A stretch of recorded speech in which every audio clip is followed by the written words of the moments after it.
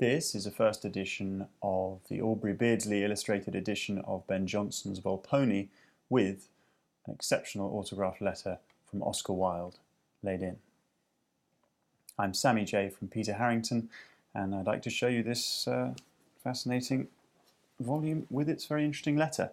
The book itself is the beautifully designed edition of Ben Jonson's play, published by Leonard Smithers, as I'll show you, with illustrations by Beardsley. You can see there the title page, Ben Jonson, his Volpone or the Fox. This is a new edition to contain Beardsley's illustrations. Beardsley, the great decadent illustrator, who also illustrated Oscar Wilde's Salome. Here the publisher Leonard Smithers and Co. In 1898. Now, the copy itself is perfectly nice. There were 1,000 done. You can see from the colophon here, of this edition of 1,000, they'd be printed, etc., etc., notably unnumbered, so conceivably a survival from the publisher's own retained copies. The reason we think that that might be so is because of this, which is the real value and interest, and why I'm showing it to you today. An original letter in the hand of Oscar Wilde. Here the envelope addressed to Leonard Smithers, publisher, Old Bond Street, London, to Angleterre. He was actually writing from France at the time.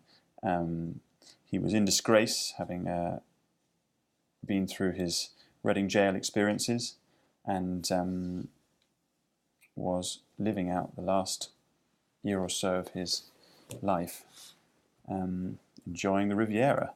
I will open up the letter and put the book down. I'll take you through it because it really is a superb letter from Oscar Wilde, with many facets to it. He's writing here, you see, from Hôtel de Bains, Napoule, which is near Cannes. My dear Smithers. So he first writes about the book, Volpone, saying thank you very much for it. He comments upon his opinions of the design, Aubrey's designs and the illustrations. He's not 100% full of praise, although he does say, rather touchingly, here, had he lived, he would no doubt have done wonderful other illustrations, because of course Beardsley died very sadly and briefly after the beginning of his intense career. He then, on the next page you see here, asks Smithers about the play. Now, he says whether he can have 20 ordinary, 5 large paper and 1 vellum, clearly in order to have copies for presentation. The play in question, which we know from the date in January 1999, must have been The Importance of Being Earnest, which was, of course, Oscar Wilde's most important play, which Smithers printed at that time. So you have that rather fascinating record of the number of copies that Wilde requested from Smithers to present. My play, as he says there underlined. But then the real sweet and fantastic aspect of this letter is he turns to personal matters and says, even at Napoule there is romance. It comes in boats, turn the page, and takes the form of fisher lads who draw great nets and are bare-limbed. They are strangely perfect.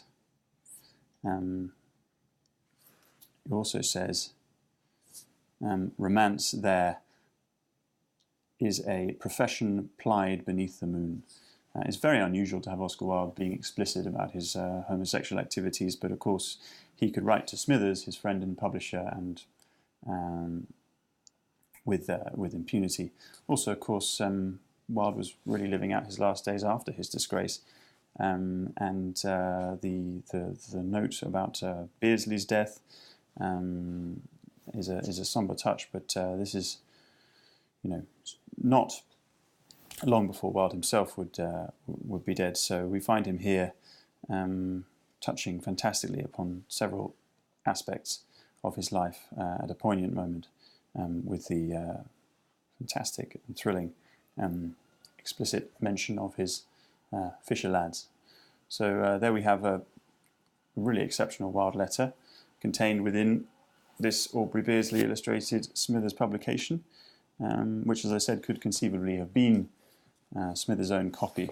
You can actually see here the envelope has tanned onto the adjacent page there.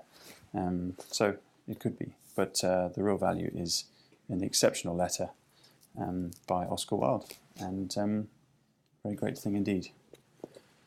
To find out more about this and other Wilde items, please visit our website.